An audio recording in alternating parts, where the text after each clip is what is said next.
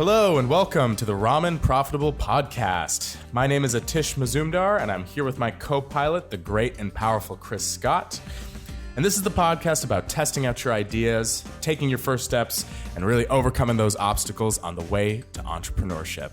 Enjoy. Let me ask you a question and, keep in mind that I'm just an idiot. I don't know anything about anything, right? But how much of this do you feel like is kind of not a direct result of coronavirus, but just do you think psychologically we're a little bit more amped up than we have been previously because, we've been kind of cooped inside and a lot of people have lost income. A lot of people have, lost family members. Things are just a little atmospherically kind of complex. Do you think that plays into this, or do you think that's just kind of a marginal thing? Because at the same time, all these people don't care about the virus. They don't believe it's real. They don't believe they believe it's a hoax. Right. So it's like, of course, I do think it does add fuel to the fire. Mm-hmm. But I do think on some subconscious level, being told you can't do something really gets people agitated. Yeah. And like right up to the edge. Yeah. Yeah, because I only recently started considering, because I went to my buddy's wedding, right? Last week. Right. And it was only 20 people and all that kind of stuff. But I realized that was the largest group that I had been in a year. Right. And it felt really strange. You know what I mean? And so I was wondering how much my psychology has kind of shifted, my internal psychology has kind of shifted. Just over the course of this year, and whether there'd be any long-term effects of that. I still feel good. I feel good. I feel great. You feel good about the decision going to the wedding? You feel good about? Oh, were you anxious going to the wedding? Were you I shouldn't be going to this the whole time driving there? It certainly crossed my mind. You know what I mean? It certainly crossed my mind, but I, once I was there and once I realized how indoor outdoor it was, and not to mention a majority of us actually took tests before we went. Mm-hmm. So a majority of us knew we were negative going in. Did you go to that shady testing place again? No, I've never gone back to there, so now I've got this whole new problem about testing, actually. This is I need to, so a while back, I think last year, Tori and I were supposed to go visit her mom in Hawaii. Right. And her new husband, at the time fiance, gave us plane tickets as a present, which is pretty sweet. Yeah. So we didn't end up going because, coronavirus and the wedding got pushed and all kinds of stuff. It just got crazy, right? So we didn't end up going. So now they basically came up with the idea to have us go now in February. What? Yeah. So I normally, just as a person, I complain a lot and but when it comes to, things that I understand that I don't understand completely, because look, it sounds idiotic to me, right? But my family lives in Tucson. I can go see them whenever the fuck I want. Right. Right. It's not, and it hasn't been that long. I mean, it's been a bit just because, it's been since Thanksgiving. And even then that was maybe we shouldn't have done that because of, coronavirus and et cetera. So maybe I don't understand entirely what that's like and all that kind of stuff. So I just kind of kept my mouth shut about it. But the part that doesn't make any fucking sense to me is we're going from the place of the highest concentration of positive California. Tests. What? Oh, Scottsdale? California. No, Phoenix. No, the highest rate. Yeah, Maricopa County is the highest infection rate in the world. In the world. That's amazing. Yeah. Yeah. So we're going from the place of the highest infection rate to one of the places of the lowest infection rate. It's I don't think they're going to let us fucking in. That's number one. But number two, evidently they will let you in. They will let you in, but here's the procedure that has to happen. You don't have to 14-day quarantine or whatever, because obviously that's not an option.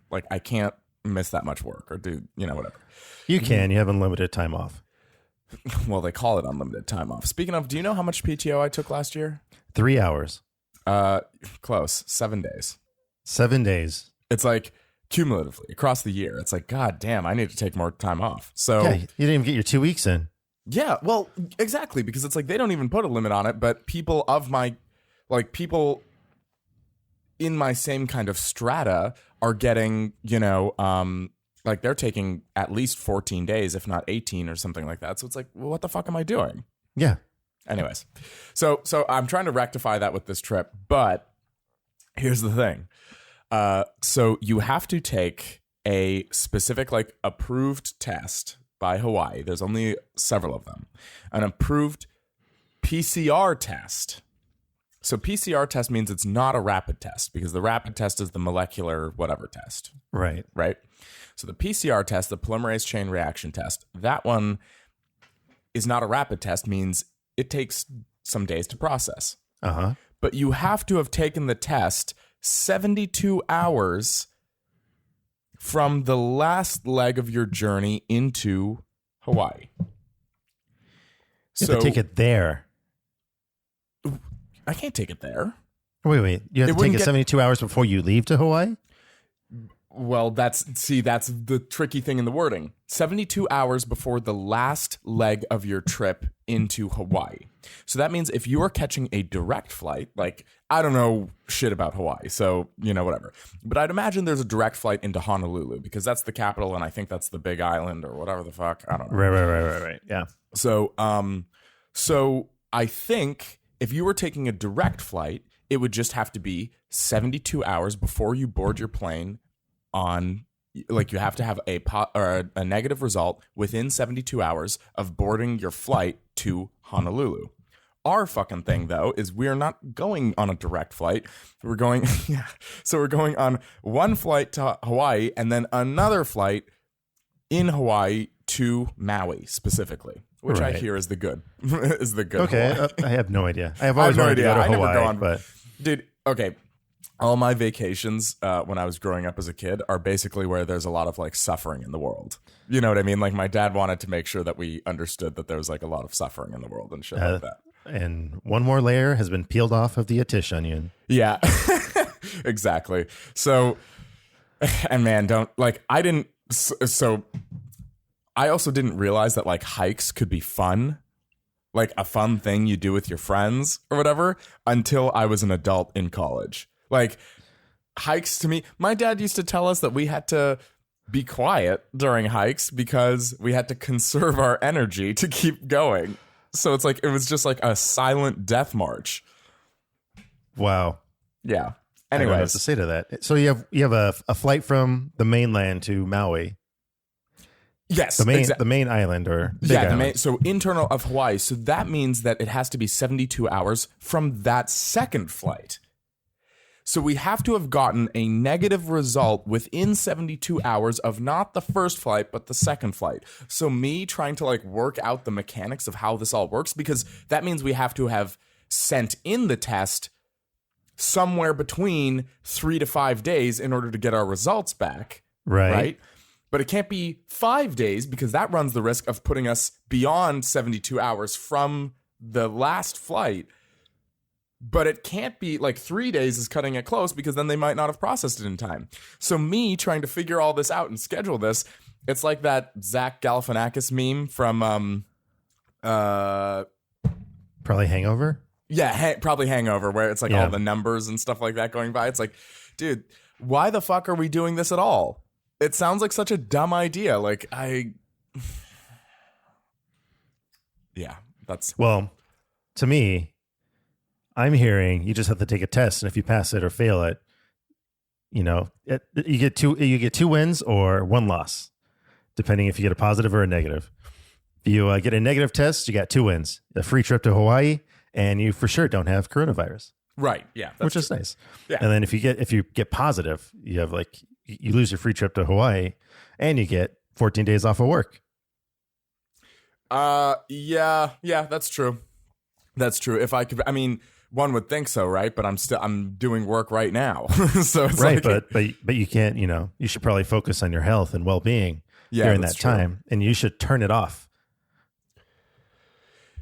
Yeah, that's God. Have you ever seen a Hot Fuzz? I have. That whole joke about him not being able to turn it off. Yeah, exactly. I'm like Simon Pegg in that movie. You're like Simon Pegg in that movie. Nicholas Angel. Nicholas Angel, yeah, Sergeant Nicholas Angel. Although I'm much worse at shooting guns. So have you seen Book of Mormon yet? No, I haven't. There's a song in there called "Just Turn It Off."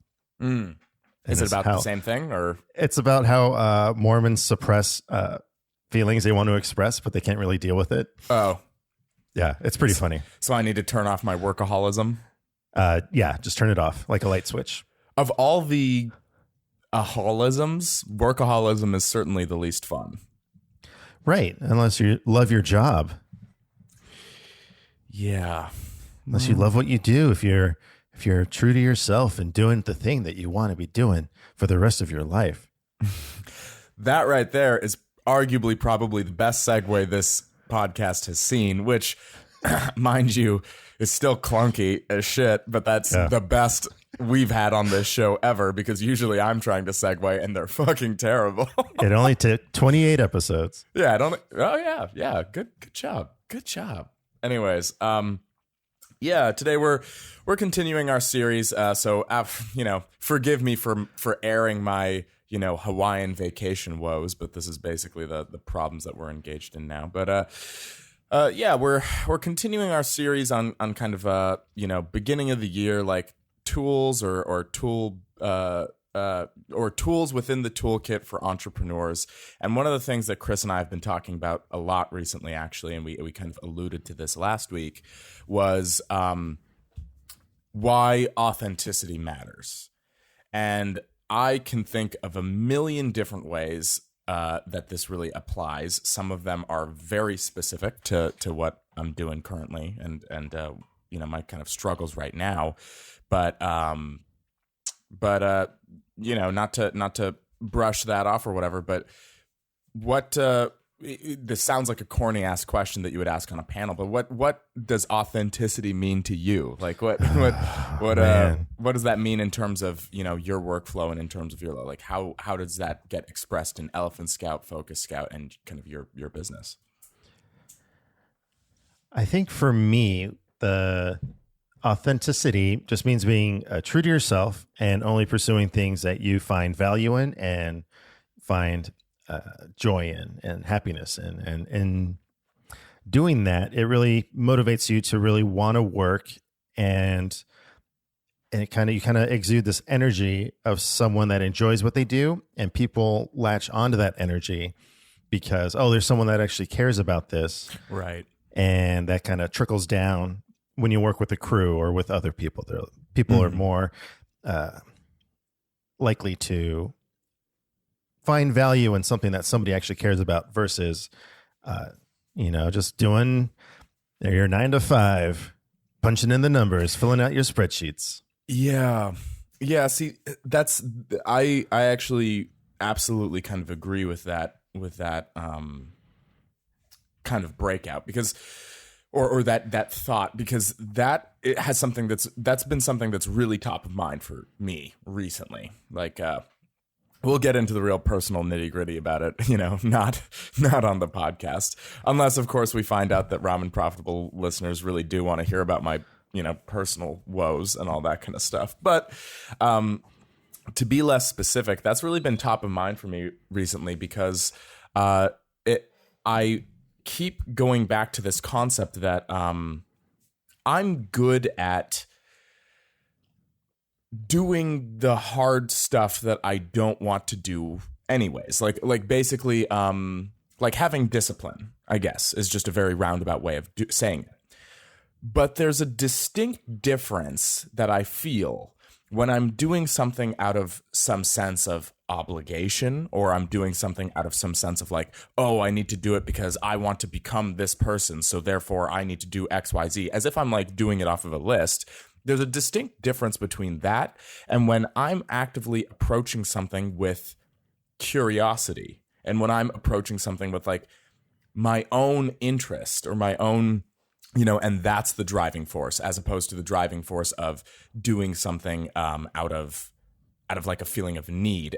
I think Tony Robbins, and people have mixed feelings about Tony Robbins. I dig what he does, so whatever. I'm kind of a motivational speech guy. I like that shit.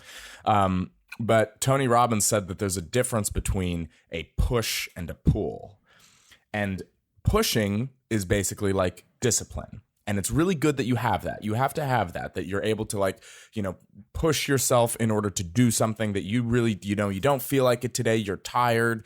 You need to get this work done. You're doing all the spreadsheets and shit. And it's just like, it's boring work and whatever.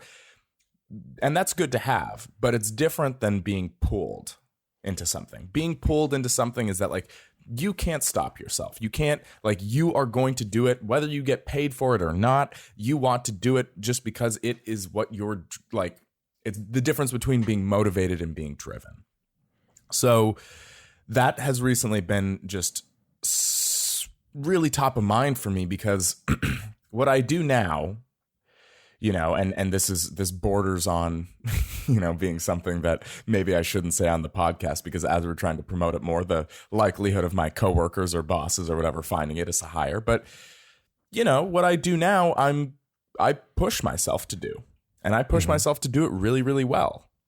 But there's a distinct difference between that and me being pulled into it. And I keep finding that things that I'm pulled into doing, even like last weekend, I had a long weekend. It was my buddy's wedding. I had a long weekend of drinking and stuff. I didn't feel well, but I still was, reading articles and stuff like that about the ingredients that I'm putting into Flow Roll. And, people's, there was somebody who recently did a long form like video series. He's a jiu-jitsu black belt, and he did a long form video series about like his nutrition and supplementation regime and stuff like that. And I was like, okay, let me see what this guy's doing. And I'm pulled to do that. Nobody was telling me to do that. I'm on my own schedule. I didn't have to, do that. I was hungover for a good period of the time, but I was pulled to do it anyways. And so what that's been kind of internally messaging to me is that where I do my best sort of creative thinking is in the stuff that I'm pulled to do, the things that are like authentically true to who I am as a person, rather than, the internal obligations I feel to be like, oh, I need to be a guy in a suit who does whatever. And, I got to work. I got to climb the corporate ladder. I got to get that promotion in 2.5 years. Right. Exactly. It's like, it was, one of the first times in my life that I felt that, because, and, I think we've done many podcasts on my, personal history and blah, blah, blah, all that kind of stuff. So if you want to check those out, check out, CSS, Creativize, Strategize, Synergize, maybe even earlier episodes of Ramen Profitable. I'm not sure, but no need to dig into that. But basically, yeah, this is one of the first times in my life where I actually feel, pulled into doing something, as opposed to like, oh, I need to do something because, my dad has expectations of me and therefore I need to be this person or that person or something like that. Right. Yeah. It was really kind of a unique experience. Like it finally felt, I mean, I don't know, you transitioned so kind of young almost, or so early into running your own business and doing something like with your kind of creative talents and stuff like that. Was that kind of an internal conversation that you had to negotiate with yourself, or how did you make that flip? And how were you so resolute in like knowing that like this was your authentic kind of bringing yourself to work sort of? I think I'm not a thinker. I don't think I think things through a lot. I'm not a real overthinker. I'm not a big planner.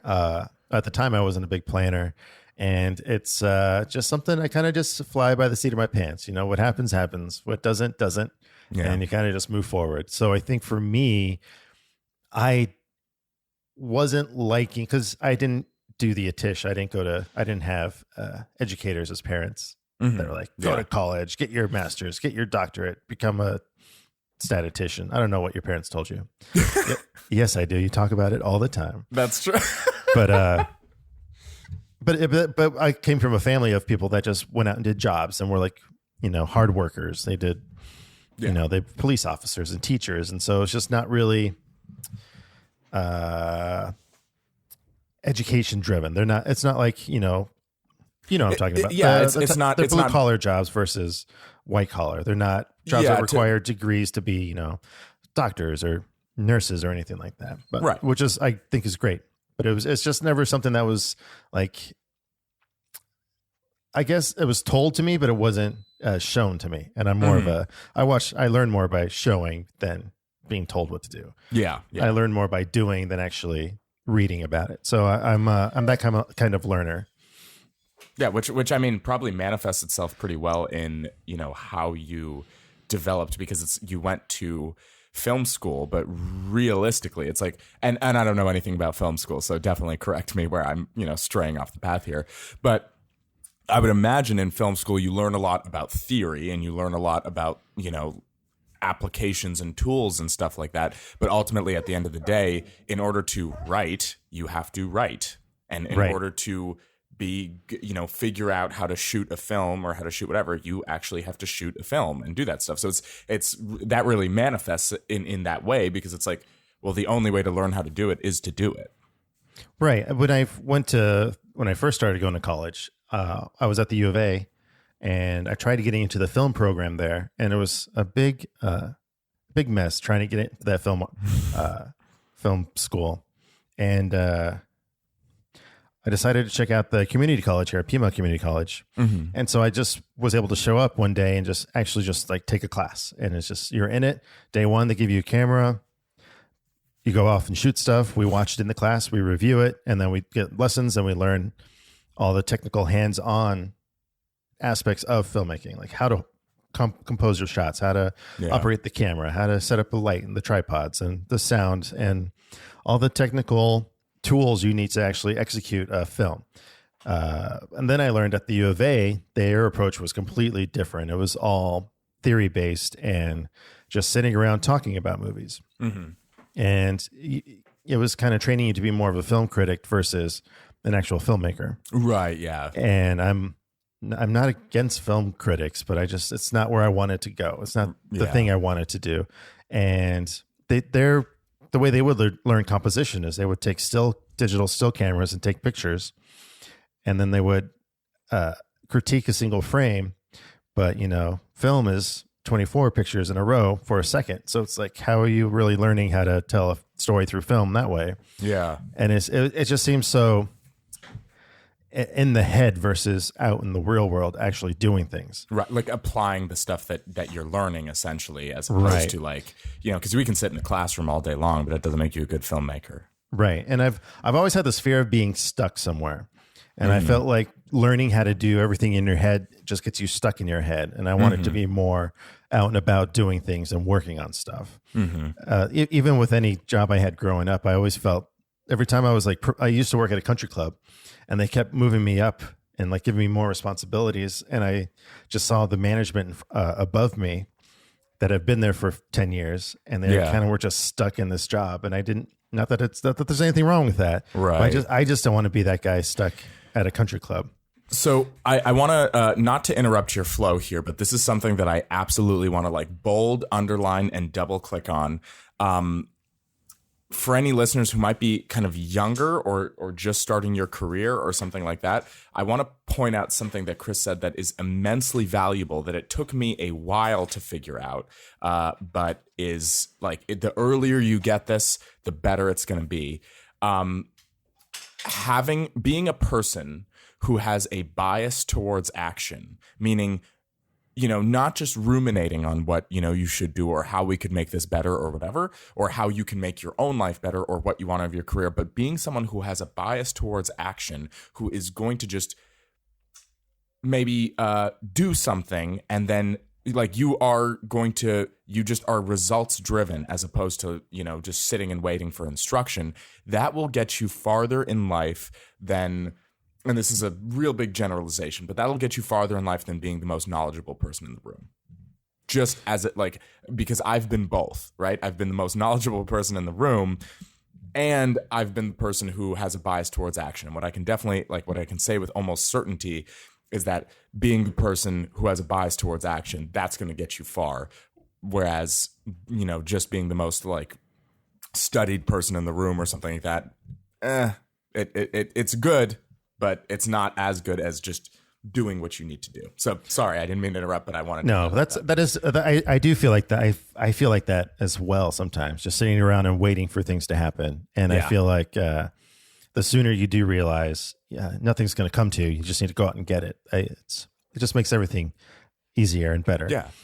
And also you get to go after the things that you want, to come back to the authentic theme. Yeah. It's like things that are real, that, resonate with you, things that you respond to. It's easier to go chase those things. Mm-hmm. But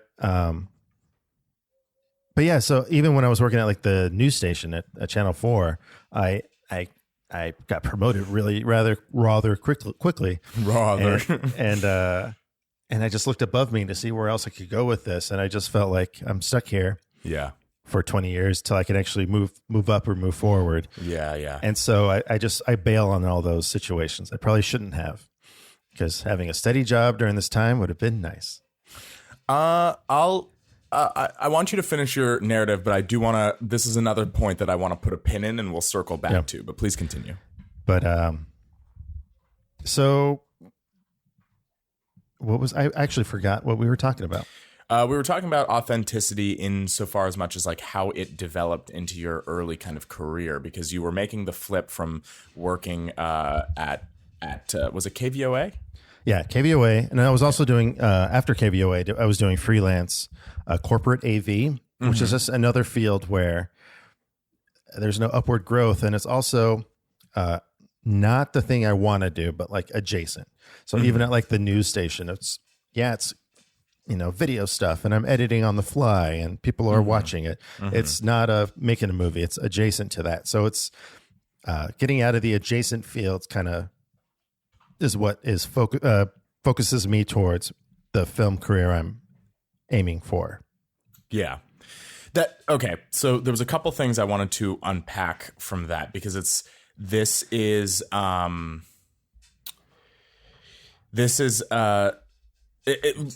essentially one of the things that it's why I read a lot of biographies or autobiographies, or why I'm so interested in other people's success stories, and why I'm interested, especially in Chris Scott's narrative here, is because you can pick out good principles and you can pick out good, kind of ideas to model yourself after, or things that resonate. And it's almost in like a Bruce Lee sort of thing. Right? You want to be like water. I don't know. We don't upload the video on these, but Chris is giving me the most like skeptical. Like he's like, what the fuck are you talking about? No, what I mean is like Bruce Lee adapted all styles, or what he said was adapt all styles, take what works and discard the rest. Meaning that's why he was so revolutionary, because he wasn't teaching these kind of dated forms of karate or whatever was around at the time. He picked out the things that were actually effective from all these multiple different types of martial arts, and then he just applied the things that worked and discarded all the stuff that doesn't work. So similarly, that's how you can kind of just read a lot about, people that you find interesting, or about, people who inspire you or something like that, and you can kind of start to pick out what works and then discard the rest. So what I mean by that specifically, and what I kind of saw in, or what we should observe in Chris's story here, and this comes not from me, this comes from the great Matthew McConaughey. Chris, are you a fan? I don't know. My opinions of Matthew McConaughey have been not defined, but I don't know. What do you mean? He's Matthew McConaughey. Yeah. Well, is it because he's half and half? He's got like half bullshit work and half like really good, or in my opinion, good stuff. No, I think I don't know. I think it all depends. Like his I think Matthew McConaughey is what we call a movie star, right? I mean, people go and watch Matthew McConaughey movies because it's a Matthew McConaughey, as opposed to going to a movie to watch the movie itself.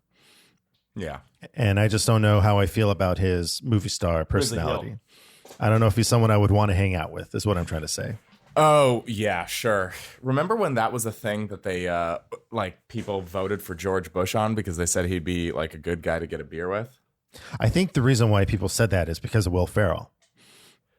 Oh. And his SNL impersonation kind of humanized George W. Oh, Bush. okay. Interesting. All right, well, back to Matthew McConaughey and how this relates to Chris's story. I don't want to completely derail. But so I'm enough of a Matthew McConaughey fan that I bought the book Green Lights. Have you heard of his book? It just came out recently. I haven't read it. How is it? It's like a memoir, and it's assembled out of his journaling and stuff over the years. Right now, I haven't actually had the opportunity to read Green Lights because I gave it as a gift first, but then it'll circle back to me once Tori's finished with it, and then I'll read it. But what I did hear, because he did an interview with Tim Ferriss pretty recently, and so I heard one of the themes that's in the book. Which is essentially that we as a society have gotten really good, or at least one of the things that we do when we're in like a progressive mind state and we want to accelerate our careers or accelerate our relationships or do whatever, is we're getting better at identifying what he calls red lights. So meaning when things are going poorly or when things are not how we want them to be, we can be like, oh yeah, that was a mistake, or this wasn't good, or here's where I fucked up, or all that kind of stuff.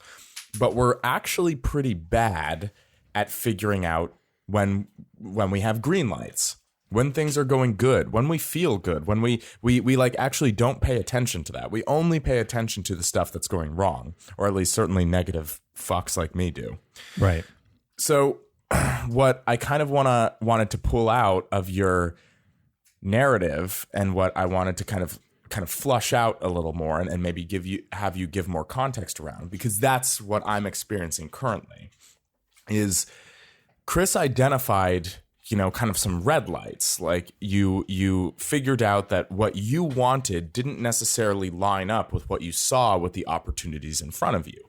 That you saw that like, it's going to take me 20 years to move up or get anything in this. And it wasn't really what I wanted currently, like, or what I wanted was different than the role that I'm currently working in even might run into. So the part that I struggle with historically is that I'm just like, I don't know what I want to do. And I think that that's because I'm very bad, if I can analyze myself, I'm very bad at recognizing when I feel good about something or when I like something and then pursuing that. Instead, I historically, as we kind of alluded to before, I just kind of did whatever the plan was because of my two parents who are in academia. So how did you start to make the flip from recognizing the red lights that were in front of you and then understanding where you actually wanted to put your time and attention? I think it came from, it's going to sound terrible, because it's something we shouldn't do, but I do it all the time. And I would judge my coworkers, and I would judge and I would compare myself, and I would be that guy that says, I don't want to be like that guy. Yeah. So it's just like, I know you've worked in a restaurant, but just like there are people that love working in restaurants. They love that lifestyle of working, 4 to 2, partying from 2 to 6. Yep. And then doing it all over again. And then doing it all over again. They live life hard, which is, great. They love what they're doing, but it's not what I wanted to do at the time. And then even at the news station, it was looking at everyone I was surrounded by and just going, this isn't for me. Like no one feels like they're treated well here, but they're all kind of stuck in this job because no one, took opportunities to advance their skill sets, their education, to really pursue something, greater or adjacent to the job they're doing, but in a better office or field or whatnot. Yeah. So like climbing the ladder, just doing, right. Yeah. I mean, at the news station, not to talk trash on anybody, but a lot of them got the jobs like right out of high school, and they worked in the studio operating a camera for minimum wage, basically. and then they slowly work their way up from experience in the studio versus going out and getting a film education or whatever is needed to be in the film or in the newsroom, operating the equipment. And it was just like seeing them kind of feel, they looked stuck. So I felt like I was going to turn into that. And I don't like that. I don't like that feeling, obviously. Yeah. So, so it kind of, I mean, and I don't think, like, obviously that's something that is not the rhetoric that we like pass around the office or whatever, but let's be real. Like, that's 100% what, we look to other people as reference points. And if we don't like the way that's ending up, then we kind of work backwards and see the pathway there. And then that's not how we want to go. Like, we want to pursue what it is it's not the person. It's not like their actual being, like their personality. They're fun people, they're cool people. I would call them friends. I could still call them up right now and go hang out with them, like any of them. And I would want to do that because I like them as people. The part that I did not like was the environment that they were kind of trapped in.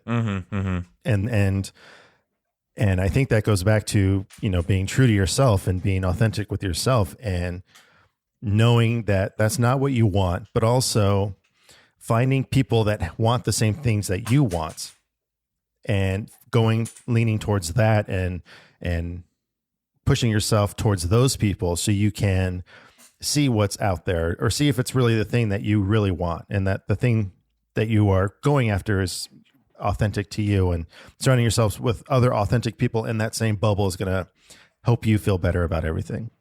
No, definitely. That I also would certainly highlight that because I'm a recovering restaurant worker, and as you mentioned, and to your point, absolutely nothing wrong with that. If you like that lifestyle, and if you kind of, it's certainly like, I enjoy now more than ever. Like, there are certain creative aspects on it that I wish that I had engaged on that I hadn't. Like, for instance, are you familiar with this guy Binging with Babish?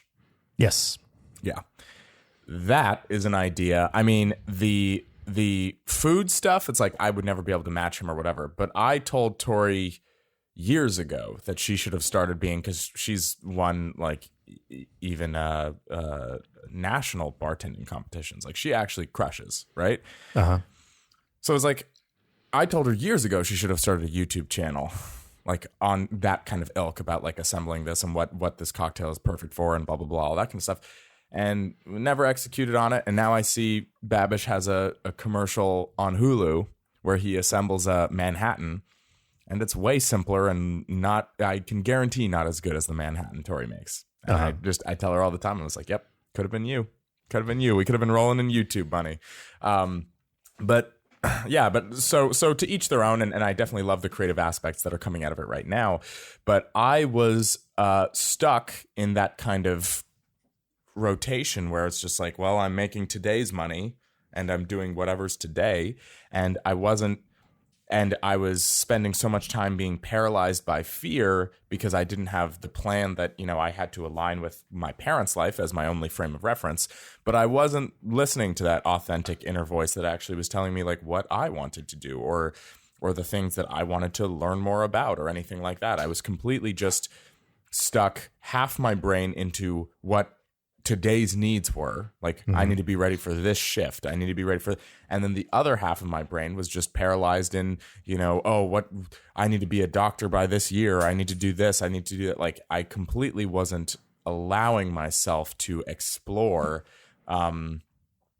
what things actually make me tick and what things are actually pulling me into them as opposed to requiring a push, and what sort of things are the type of things I'd be naturally curious about and driven to learn more about and driven to do something in or perform in or etc. So I think one of the things that I would recommend, just as an actionable piece, one of the things that I would recommend to especially any younger listeners who are like, early 20s, just getting kind of started, is write everything down. It sounds super corny, but when you write down stuff that is making you feel good or stuff that is interesting to you, and you just see it enough times, the idea ends up forming. Like when I started writing down stuff about jujitsu and nootropics and all that, that's actually where that idea started taking like shape. It wasn't because I was, already thinking like, oh, here's what I want to do. I want to run a supplement company. I want to do whatever. It's like, no, farther from the truth. I actually am just interested. Like Chris has known me a long time. I'm always, figuring out different like tools or different supplements or different stuff that I can use for fitness or how to optimize my performance and stuff like that. There was an earlier project where that was something that I was kind of working towards. And I'm always doing that stuff, and I'm doing it naturally. And through writing it down here, I even have it. I've got my book, my new book, right? By writing it down over a long period of time, I realized, oh, I commit a lot of energy and attention to, my mental and physical fitness and my and the like ways that I can kind of optimize and tweak and modulate and be like a home scientist at this. Like, I guess I'm doing that in my free time. How do I turn that into a career? Mm-hmm. And that's where the idea started coming along. And that's when I like came up with the idea of flow roll and, oh, I love martial arts and all that, blah, blah, blah, all the stuff that we've heard about on previous episodes. But it didn't come to me as like a thunderbolt idea that just dropped out of nowhere. It was because I could see the patterns. I could see the things that I was interested in doing, the things that I authentically, was genuinely curious about, and the things that actually drove me to, do things on my free time. So I don't know if that's not the be all end all. I don't think that's a tip for everyone necessarily, but I think that that's definitely a good place to start. If you're younger, if you're kind of confused about what you actually enjoy doing, what your, for lack of a better term, what your purpose is or whatever. Did you see Soul? I did see Soul. What'd you think? I enjoyed it. I thought it was a fun movie. Yeah. So like your spark in that sense then. What your spark is and did you see Transformers? No, of course not. And the Allspark? No, I don't. I did see the first Transformers, and from that I got my Shia LaBeouf impression, which goes a little something like this. No. That's him. Good one, Atish. Dick. But yeah, so that's kind of my tip on authenticity, and just because that's been a real recent development for me, is that I've figured out, and maybe it's the transition, maybe it's because I'm almost out of my 20s. By the end of this year, I'll be 30. Maybe that's just the transition that happens or whatever, but it really doesn't serve you to be operating under something that is not authentic and true to what you actually want to accomplish or what interests you or whatever that spark may be. Right. And it definitely is a paralyzing fear to break out of that comfort zone, the cushion, not the cushion. What's the word I'm looking for? The convenience, safety net. The safety net of, something that you're not a big fan of doing. Right. But nothing worth having is easy, and it's just hard to get into the thing that you want to be doing.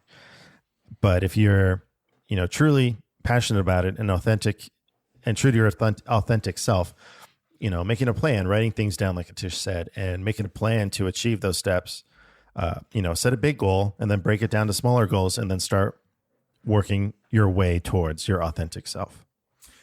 Definitely. And also understanding that it is okay to fail at these things. Like, how many times Chris Scott has had this conversation with me?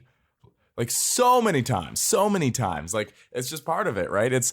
You have to hear it in the right way, or you have to actually believe it. And it's really hard to do that. It's tough. So, but you can learn from my mistakes and listen to the people who are signaling around you and trying to tell you, because that's always been something that I struggled with. But yeah, it's a complicated process, but trust me, when you do something that is real and meaningful to you, it doesn't feel like it's as much of a time expense or a money expense or whatever. You actively actually enjoy what you're doing, and you actually create and see a path for yourself. We only have about 15, 20 minutes left, but I wanted to touch on something because Chris and I were strategizing or not strategizing, but we were refreshing topics that we were going to bring up on the podcast. And there was something that Chris brought up that I was curious to see what exactly you meant by, what did you mean by head games? This is probably not something to pair with authenticity. Well, I was just curious because you said head games, and I was like, does he mean influence? Because that's definitely certainly a tool that I, have studied and I kind of think is important. But what do you mean by head games? All right. So when I work with clients doing corporate videos, I often deal with people that know what they don't want, and they have no idea what they want. And I'm supposed to wave this magic wand to say, this is what you want. And every single time, it's never what they want. Okay. And it's frustrating working in this world of, I don't know what I want, but I know what I don't want. And that leads you down this rabbit hole of doing something 100 different times because someone doesn't know. Yes. I know what they want. About. And Yep. it's frustrating. It's annoying. And it wastes your time. And I like to say I value my time. And I don't like to waste my time with these types of people that are just, do you watch What We Do in the Shadows? No. What is that? It's a show on FX. You should check it out. It's hilarious. It's about vampires. It's like a mockumentary about vampires. It's really funny. Mm-hmm. There was a movie of it, and it was just like old classic vampires, like Nosferatu and Dracula and stuff. It was pretty funny. But the TV show is more modernized, and they have an emotional vampire on the show. And it's just this guy going around trying to like suck everyone's emotional energy, and it's really funny. Okay. Is this an American show? Yeah, it's an American show. It's on FX. If you're on the Hulu, check it out. I haven't heard about this at all. Check it out. Okay. And so that type of energy is something I don't like to give off, especially to clients that have already tried to undercut me or get a discount from me. And so there are moments in providing a draft to a client where I will put in something that's completely off, that's way off. Mm-hmm. Like a shot that looks really bad or a sound bite that looks terrible. Sure. And I know it's terrible and everything else looks great. And it kind of gives the client something to focus their energy on. And they're like, oh, everything was great except for this one thing. Yeah. And it's the one thing that I know is bad. And I take it out and then I adjust it accordingly. And then they're like, oh, yeah, it's great. I see. Okay. I completely actually understand. And I can say that I do something kind of vaguely similar. It's in the wheelhouse, right? So essentially you're anticipating this is all about influence. You're anticipating the kind of predilections of your client or of your end customer, and you understand their psychological need for like heavy control over the project, whatever it might be. Right. Or the desire to have their influence be seen in every aspect of it because it's it's their project. I mean, it's their video. It's the video representing their company, their nonprofit, their whatever it is. Mm-hmm. But at the end of the day, it's not in their wheelhouse to they execute don't understand the project. Yeah. They don't understand the physical application the way that you do. There's something that I do that's kind of vaguely similar, but in a different sort of respect. It's that I have to send in these deals. So like if we were to basically I'm constructing these, or I'm not physically anymore, but I'm now having other people do it, and I'm like doing the creative like deal structuring in the background. Like how do we make the math work out the way we need to and all that kind of stuff for profitability and blah, blah, blah. All boring stuff. Oh, sorry. You were talking?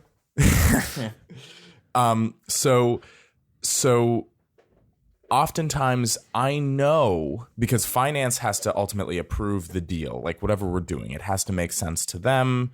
They have to read over my spreadsheets and things have to make sense, like from a fiscal standpoint in terms of interest to the company as well as obligations to the end customer. So oftentimes what I'll do is I know that there's something that's going to be an issue, because if these were all easily solved problems, they wouldn't need me. Like that's why I work just with the major accounts team and stuff like that, because that's where all the complex sales go. And that's where we're really doing shit that isn't conventional. So I know that we're doing something that's breaking something in one way or another. Like I know we're not really doing the formal rules the way we should be. So I will, right off the bat, as we're submitting it, I don't just let finance take their time and get to it whenever they want to. I tag them on it immediately and I kind of call them out. I shoot out an email or I do whatever to them with everybody visible. And I say, hey, just so you know, here's what's going on with this particular contract. Here's what's going on, whatever. And I discuss what we're doing, but visible to everybody else so that I'm explaining why the deal makes sense, even though I know that there's a problem, like there's something that's significant, but because I'm framing it in the way that I'm framing it, that it's like, this is a business case. This is why we need to, I'm making the argument then that they have to come back and argue why, even though I'm explaining this makes sense, why we're going to shut it down because of XYZ rules. Uh-huh. And so in doing so, I kind of make the difficulty in doing that just a little bit higher so that, we can pass these deals along and get them where we need to be. Now, that said, the only reason I do so is because I know our business, well enough that I've learned through experience that they're going to do the deal anyways. Like at the end of the day, sales runs this company and they're going to say, hey, we need to do we're going to do the deal anyways. I'm just getting us to the end point a little bit faster. Yeah. I guess that makes sense. I mean, there are rule minders out there that, everything has to be by the book. Right. But it sounds like you're working on deals that are in the book, but not defined by any specific chapter. Exactly. And so trying to have the rule minders find the right chapters to apply to the deal sounds like it would be helpful to everyone. Right. Exactly. Basically, there's two. I think this is a quote from Jeb Blount, which is a weird last name to say. Jeb Blount. He's like a sales guy. He's like one of those like kind of cheesy sales guys, but like can't argue with his results. Like he absolutely. So he started his own company and just like he's one of the masters of sales, right?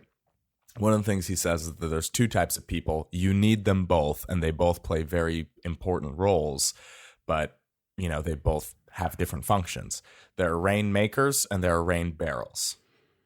And so the rain barrels are more focused on what currently is and making sure what currently is stays that way. And you need that in a company because it's like, look, if we all were just cowboys, then we'd fucking, we'd run out of money. We'd ship too much product. We'd do too much. We're not looking at profitability and all of a sudden we're out of money. We need rain barrels. But you also, sure as fuck, need the rainmakers, because without them constantly innovating and kind of pushing the envelope, you're not going to get the exponential results that you desire, that, whatever. So I sit directly in between these two parties. Like that's basically my job, is to like manage both of these two things, which is sometimes great, but also sometimes really frustrating and really difficult. And so the thing is being able to use your influence, being able to head games is an interesting way to put it. It's a Foreigner song. That's why I always say head games. Oh, really? Yeah. That's typical Chris Scott right there. But yeah, it's like basically being able to effectively use influence and not doing something that's, dishonorable, or not doing something that's like shady, I guess would be a way to put it, but knowing how to tactically apply influence and where to kind of emphasize things in order to drive the results that you need. Right. It's knowing, you have the big picture in your head because this is, your wheelhouse. This is what you do. This is what you've chosen to do.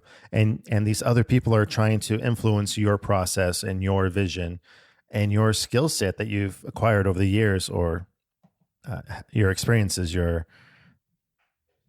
blanking on the words. I got to work on my words for this podcast. Experience. And so I've got plenty of words, and not all of them I execute correctly. So just as a forewarning. And so it's about, I think influence is all about valuing your time, not devaluing anyone else's, but being able to execute the job in a timely manner and a proper manner. Mm-hmm. That's not, you holding everyone's hands through the whole process. It's, spending time with a client, finding out what they really want, what they truly want, being able to decipher that, spending time with the crew on set. And people have great ideas and, can be rainmakers, but at the end of the day, they don't know how many barrels we have to fill up. And they don't know like the end result or the end goal. And then dealing with people on the back end of it. It's like, where's this going? Where's this, being played? Where's this, where's this execution going to be most valuable to everyone that's worked on it along the process? And like most times you're the only person that understands that all three of those steps are all the entire world of a project. And valuing, it can just suck everyone's time up to sit down and coddle everybody and their feelings. Yeah. Or like, oh yeah, let's try it. Let's do this your way. It's like, no. It's not going to be beneficial to the entire project. In a sense, that seems almost like an extension of authenticity, because it's like you are the subject matter expert. You have earned your stripes. It's like being confident and comfortable in the role that you have to play because you have learned the skills that you need. Because oftentimes I'd imagine when you're doing like Ghost Adventures or something, you're shooting alongside other people who have had careers in film and stuff like that, right? But alternatively, oftentimes when you're doing like, stuff for, more commercial clients or something like that, or maybe just a local nonprofit or something. Yeah, exactly. It's like odds are you have much, much more experience if they have any at all. So it's like to get to the end product, it's like you have to kind of be authentic to your experience and be authentic to your,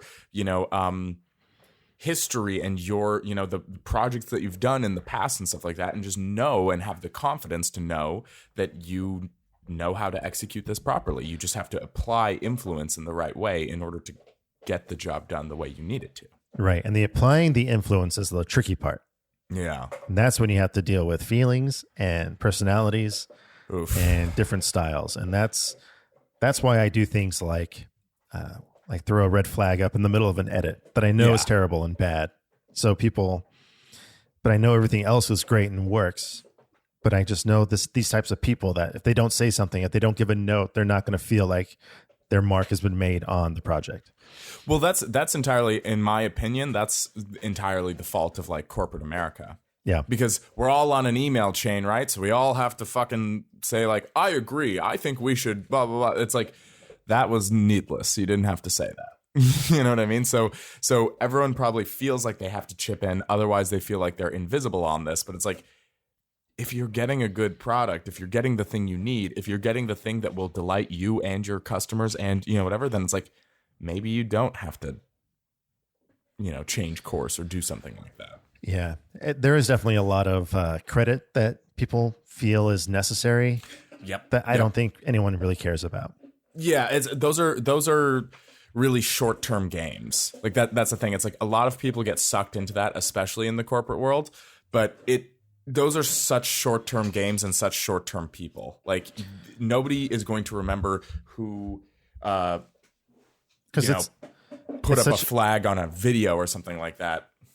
But they are going to remember what the video looked like, what it felt like, the end product, and how everything kind of like pooled together at the end. And how it benefited the business, the nonprofit, the whomever. Yes. And I do feel like people definitely tally up their credits when they're trying to gain something from a company. Yeah. So like, a position's opening up. Let me get my name on as many things as possible. Yes. And that is not authentic. No, that's not authentic, nor is it effective. Man, way to go full circle, Chris Scott. Yeah. Anything to plug? Just follow me on Instagram. Next month, we're launching our scripted podcast on the 23rd of February. Awesome. We don't have a title yet. We don't have a website yet. I was just about to ask, I was like, cool, what's the title? How do we search it? We don't have anything on it yet, but we have a launch date. And so it's a bit nerve-wracking. Yeah. Because I'm thinking we're going to launch in like 2 weeks. I'll announce it in 2 weeks. So maybe next week's episode, I'll have more information. Yeah. Well, we'll have some more information on the scripted podcast. For me, just follow me at Atish Mazish. I'm rounding out the content. Was doing a little short write-up. I'm rounding out the content for the first Ramen Profitable Reading List stack. So my stack for January, the books that I've completed and kind of my thoughts surrounding those. Still need to create a social media account. Man, I drag my feet when it comes to social media because I just have such a hard time with it. Like, I just don't do it. But I need to knuckle under and I need to do it because how else are we going to drive our podcast? How else are we going to do that? So the Ramen Profitable Reading List is underway.